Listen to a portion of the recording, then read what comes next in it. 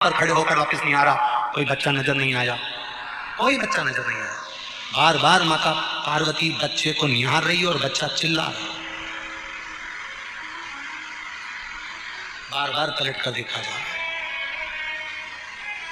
फिर जब देखा पार्वती जी ने कि कोई समझ में नहीं आ रहा, क्या आखिर हो कौन रहा है, कौन चिल्ला रहा है, कौन बोल रहा है, किसको मालूम। थोड़ी देर बाद माँ फिर सेवा में तल्लीन हुई। शिव महापुराण की कथा कहती है, जब जब आप सेवा में तल्लीन होंगे, जब जब आप भगवान की सेवा में जाएंगे, जब जब आप किसी अच्छे कार्य के लिए अग्रण्य बढ़ेंगे, तब कोई ना कोई आपको रोकने का प्रयास करेगा, किसी ना किसी तरह से तुम्हें थामने का प्रयास करेगा, किसी ना किसी तरह से तुम्हें रोकने का, अवरोध करने का प्रयास किया जाएगा। और तुम्हारी भक्ति प्रबल होना चाहिए, दृढ़ता प्रबल होना चाहिए, भक्ति की प्रबलता। मैंने तेरे ही भरोसे से बाबा, तेरे ही भरोसे हवा बिच उड़ती जावांगी, बाबा डोर छठी ना में कटी जावांगी, भोले मैं तेरी पतन, शंभू मैं तेरी पतन। शिव कथा कर रही है। बच्चे ने फिर चिल्लाया और बच्चा जैसे चिल्लाया, अब की बार मां ने देख लिया। अभी तक मां देख रही थी पर्वत पर, अभी तक मां देख रही थी भूमि पर, और अब मां ने देखा कि एक जलाशय में एक मगर एक बच्चे को पकड़ने के लिए घाट पर आ रहा है। एक मगर, एक घड़ियाल, एक बच्चा सोया हुआ है, उसको पकड़ने के लिए घाट पर आ रहा है। छोटा सा बच्चा है। अब मां से रहा नहीं गया, मां से रहा नहीं गया। जैसे ही वो छोटा सा बच्चा चिल्लाया, पार्वती मैया पर्वत पे से कूद कर, जिस शिला पर माता पार्वती जी बैठी थी उस पे से कूद कर मां तुरंत मां उस शिला से कूदी और कूद कर जलाशय के पास में मेरी माता पहुंच गई। अब जैसे ही जलाशय के पास मेरी मां पहुंची और माता ने देखा बच्चा चिल्ला रहा है, मां मुझे बचा लो, मां मुझे बचा लो, मां ये घड़ियाल, ये मगर, ये ग्रह मुझे खा जाएगा, आप बचा लो मुझको। मां जाकर घाट पर खड़ी हो गई और खड़ी होकर माता ने घड़ियाल को रोका, ए घड़ियाल, ए ग्रह रुक, ए ग्रह रुक जा, तू इस बच्चे को नहीं खा सकता, तू इस बच्चे को नहीं खा सकता। घड़ियाल मुस्कुराकर बोला, हंसकर बोला, पार्वती जी इस सरोवर पर दिन के तीसरे पहर में जो भी मुझे मिलेगा वो मेरा भोजन होगा, ये मुझे वर प्राप्त है। तीसरे पहर में जो भी मुझे मिलेगा इस सरोवर के तट पर वो मेरा भोजन होगा। अब देखिए, किसी किसी का एक समय होता है, जैसे आज बेटमा वालों की किस्मत है, आज बेटमा वालों का भाग्य है कि शनि प्रदोष के दिन आप ये पावन शिव महापुराण की कथा सुन रहे हो, तो आपका भाग्य है।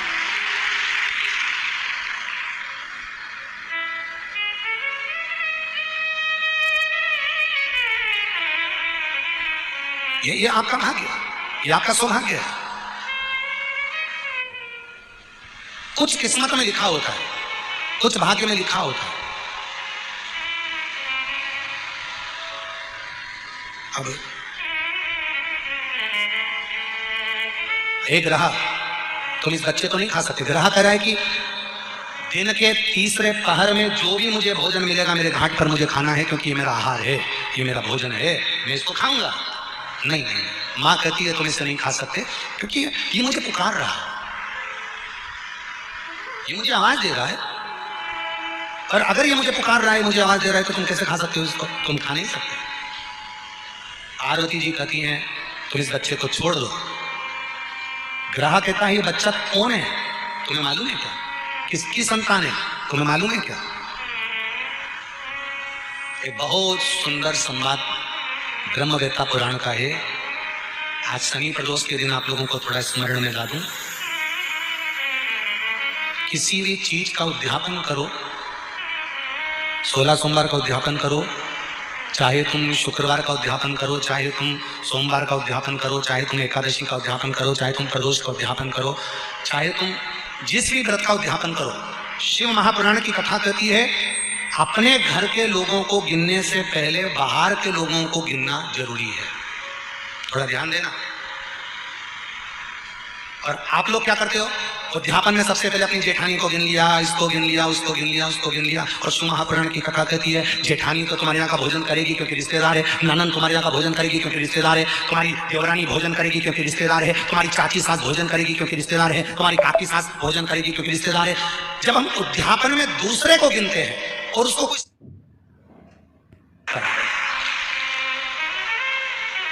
तो जितनी भी भाभियां हैं वो ये कहना बंद कर दे कि हमने ननन को कुछ दान दिया। कहा नहीं, हम जानते हैं तुम अगली बार हमें बेटवा नहीं बुलाओगे इस बात के लिए, भले मत बुलाओ। और जो रीत की बात है, यहाँ शिव महापुराण की कथा कह रही है, यहाँ शंकर जी का संवाद कह रहा है कि पार्वती जी कह रही है कि ग्रह कह रहा है पार्वती जी से इससे तुम्हारी कोई रिश्तेदारी है, ये बच्चा कौन है तुम पहचानती है, इसके माती हैं। अगर मेरी संतान होती तो मैं छोड़ देती, पर ये ना जाने कौन है, किसका पुत्र है, उसने मुझे पुकारा है, इसलिए मैं इसको बचाना चाहती हूँ। बहुत ध्यान देना। अतिथि देव भव, अतिथि देव भव। ये इतने सारे लाखों लोग आए हैं बेटमा में, इनसे किसी की रिश्तेदारी है क्या? अरे बोलो, जम के बोलो। नहीं है।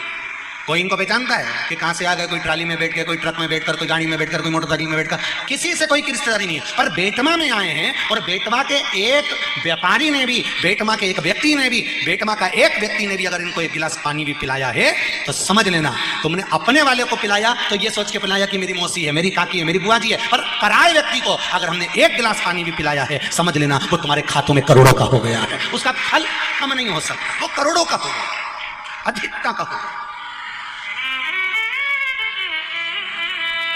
आज ये विशाल पटेल जी कथा करवा रहे हैं, विधायक जी कथा करवा रहे हैं। ये कथा चाहते तो छोटे रूप में करा देते कि मेरे घर का व्यक्ति सुन लेगा, परिवार का। ना ना ना ना, उन्होंने कथा करवाई संपूर्ण क्षेत्रवासियों के लिए कि पूरा देपालपुर क्षेत्र का एक एक बच्चा भले कथा में आए ना आए, आस्था चैनल पर सुने, चाहे फेसबुक पर सुने, चाहे पंडाल में बैठकर सुने। तो एक विशाल पटेल जी ने विचार करा कि कम से कम क्षेत्र का व्यक्ति अगर कथा सुनेगा, भले उसके कानों में जाए ना जाए, पर हमारे क्षेत्र का कल्याण हो जाए। ये कथा का मूल लक्ष्य है। ये कथा का मूल लक्ष्य तत्व वही सम्मिलित है। आप अपनी मौसी को पानी पिला रहे हो, आप अपने काका जी को पानी पिला रहे हो, आप अपने चाचा जी को पानी पिला रहे हो, वो अलग बात है। पर कोई अनायास आया है, हम यहाँ से जाते हैं गाड़ी से, ये कार्यकर्ता जब हमको यहाँ से लेके जाते हैं तो हम देखते हैं किसी ने नल लगा दिया है, कोई बाहर खड़ा हुआ है, कोई हाथ जोड़कर पानी दे रहा है, कोई बोतल दे रहा है, कोई पाउच दे रहा है, कोई उसको पोया दे रहा है, कोई कुछ दे रहा है। ये आप पहचान बिना दे रहे हो, बिना पहचान।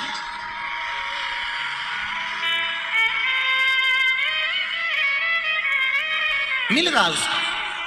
पार्वती जी से ग्रह ने कहा ये आपका कोई रिश्तेदार लगता है क्या? नहीं नहीं, मेरा रिश्तेदार नहीं। आपका रिश्तेदार नहीं है? नहीं। तो फिर आप इसको बचा क्यों रही हो? पार्वती जी बोली रिश्तेदार होता तो मैं तुम्हारे सामने दे देती, मेरा पुत्र होता तो मैं तुम्हारे सामने दे देती कि ग्रह इसको खा ले। पर दिक्कत ये है कि मैं इसको पहचानती नहीं हूं, ये कोई दूसरा।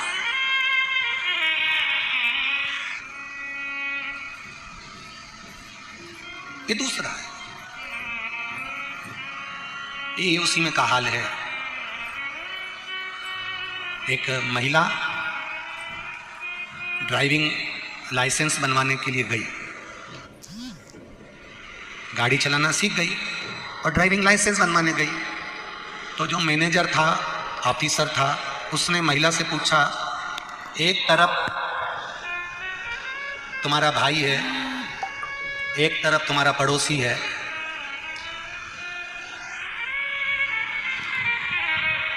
तुम गाड़ी से जा रही हो, इधर भाई है, इधर पड़ोसी है, तुम किसको मारोगी? महिला तुरंत बोल दी पड़ोसी को। मैनेजर ने कहा, ऑफिसर ने कहा, मैं 3 साल से तुम्हारा ड्राइविंग लाइसेंस बनवाने का प्रयास कर रहा हूं, 3 साल से समझा रहा हूं कि इधर पड़ोसी है, इधर भाई है, और तुम्हें अगर मारना है तो किसको मारोगे?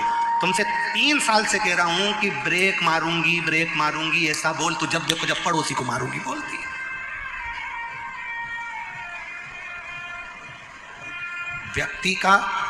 आधे व्यक्ति का उद्धार तो इसीलिए नहीं हो पा रहा क्योंकि वो दूसरों को देख देख के जले जा रहा है। पड़ोसी के यहाँ ट्रैक्टर आ गया दूसरे नंबर का, इसने रोटी खाना छोड़ दी। ये उसी में कहा ले, जैसे एक बुढ़िया के सामने से एक कपास की गाड़ी निकल कर गई, ढेर कपास बढ़ा और कपास की गाड़ी निकल कर जा रही है। अब बुढ़िया ने सोचा इतना सारा कपास कितने का बिकेगा, कितना पैसा आएगा, कितना धन आएगा। बुढ़िया सोच सोच के बीमार पड़ गई और नीचे टपक गई, बेहोश, चक्कर खा के नीचे। घर के लोग आए, उसको उठा के अंदर ले गए। सबने पानी का छींटा दिया, उठ ही नहीं रही। सब चिल्लाने लगे, रोने लगे, बहुएं धाड़ धाड़ के रोने लगी, बेटे रोने लगे। डॉक्टर ने भी आकर देखा तो इसकी तो सांस नहीं चल रही। सब रो रहे हैं, सब चिल्ला रहे हैं। सामने वाली अम्मा को मालूम पड़ा जो इसके पास में बैठती थी। उसने आते से पूछा क्या हुआ? बस बैठी थी अम्मा बाहर ओटले पर, दरवाजे पर, सामने से कपास की गाड़ी निकल कर गई और अम्मा बस थोड़ी देर बाद चक्कर खा के गिर गई। इतने में सामने वाली आंटी ने कहा, सामने वाली अम्मा बोली तुम चिंता मत करो, अभी उठ के बैठती है, मैं अपनी सहेली को अच्छे से जानती हूँ, तुम रुको, तुम सब ऐसी कैसी रोना, मैं अभी बाहर जाती हूँ, अभी आऊंगी। और जैसे ही वो अम्मा बाहर गई और आते से दौड़कर बोली, जी जी जो तेरे सामने से कपास की गाड़ी गई थी ना उसमें आग लग गई। जी उठ के बैठ गई तुरंत, एकदम तैयार, और तुरंत पल्लू लेके बोली सही में। डॉक्टर भी आश्चर्य में पड़ गया, इसको कौन सी दवाई दी? कुछ नहीं, दूसरे को देख देख के जले जा रही। 4 व्हीलर गाड़ी कैसे आ गई, बंगला कैसे बन गया, इतनी जोरदार जमीन में फसल कैसे आ गई, बहू इतनी अच्छी कैसे आ गई। सब इसका कहना मान के चले, इतनी जोरदार बहू आई, और बहू भी आई नहीं कि यहाँ छोरा भी हो गया, अब तो और मर गई।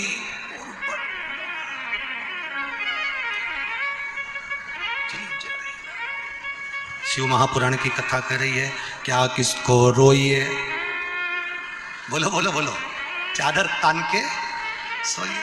अपने को क्या करना? शिव मंदिर में जाना, शंकर के मंदिर में जाना, 1 लोटा जल अगर शंकर भगवान को चढ़ा रहे हो अपनी सामर्थ्यता के अनुसार। पड़ोसन चांदी के लोटे से जल चढ़ा रही है, उससे हमें मतलब नहीं। पड़ोसन सोने के लोटे से जल चढ़ा रही है, हमें उससे मतलब नहीं। पड़ोसन किस लोटे से जल चढ़ा रही है, हमें उससे मतलब नहीं है। आपके पास में जो पात्र है भगवान को उस पात्र से जल चढ़ाओ। एक दिन आएगा भगवान तुम्हारे हाथ में भी चांदी का लोटा पकड़ा देगा। ईर्ष्या से नहीं, ईर्ष्या से नहीं।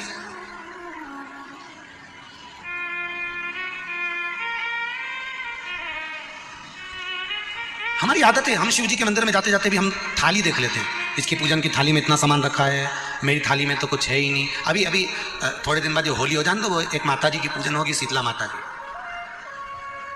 शीतला माता की पूजन होती है, यहाँ होती है, अरे बोलो तो होती है। शीतला माता की पूजन होती है ठंडे समय में, शीतल समय में। शीतला माता ने ये नहीं किया कि रोटी बना के उठो और थाली लेके लाइन में लग जाओ।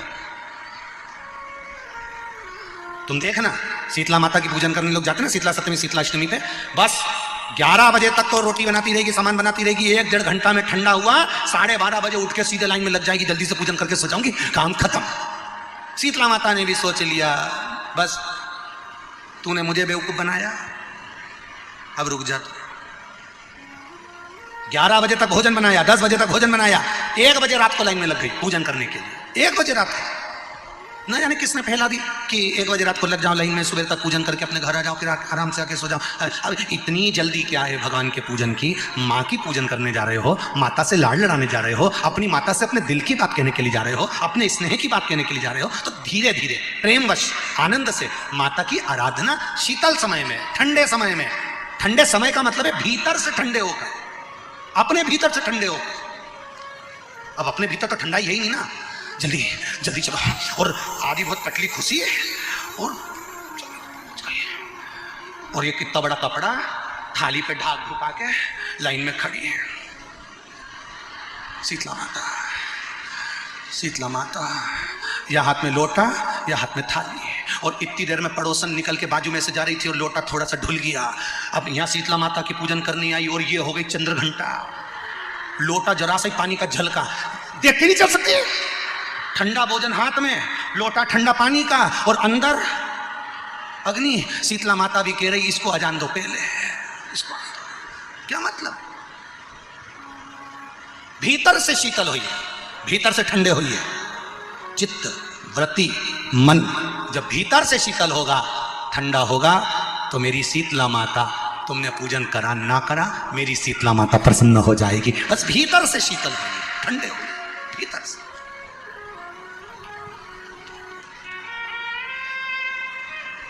मां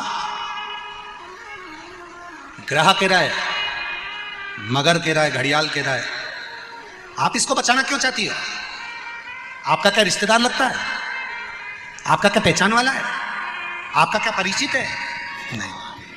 मां कहती है अगर मेरा परिचित होता तो बात दूसरी हो, ये मेरा परिचित नहीं है। तो फिर मां कहती है इसने मुझे पुकारा है, और माता कहकर पुकारा है। पार्वती जी का यह संवाद अपनी जिंदगी में उतार कर रखिएगा। पार्वती माता ने ग्रह को, ब्रह्मवेत्ता पुराण में एक बात कही है कि पार्वती जी ग्रह को कह रही है, मगर को कह रही है कि शंकर भगवान को, देव अधिदेव महादेव को और मुझे, संसार का कोई जीव माता और पिता कहकर अगर पुकारता है तो पार्वती जी कहती है, शिव और पार्वती उसके सामने जाकर खड़े हो ही जाते हैं। ये निश्चितता है। उसने पुकारा, ठीक है।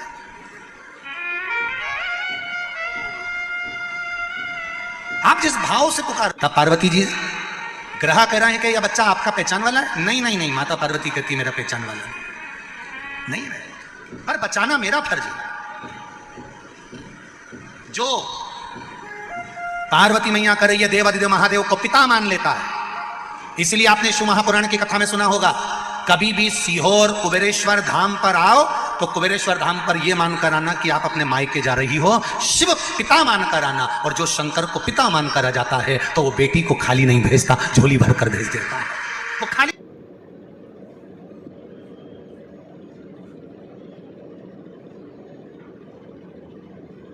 तो पीछे से ही भाग का दर्शन होगा, आगे भाग का नहीं। ये आगे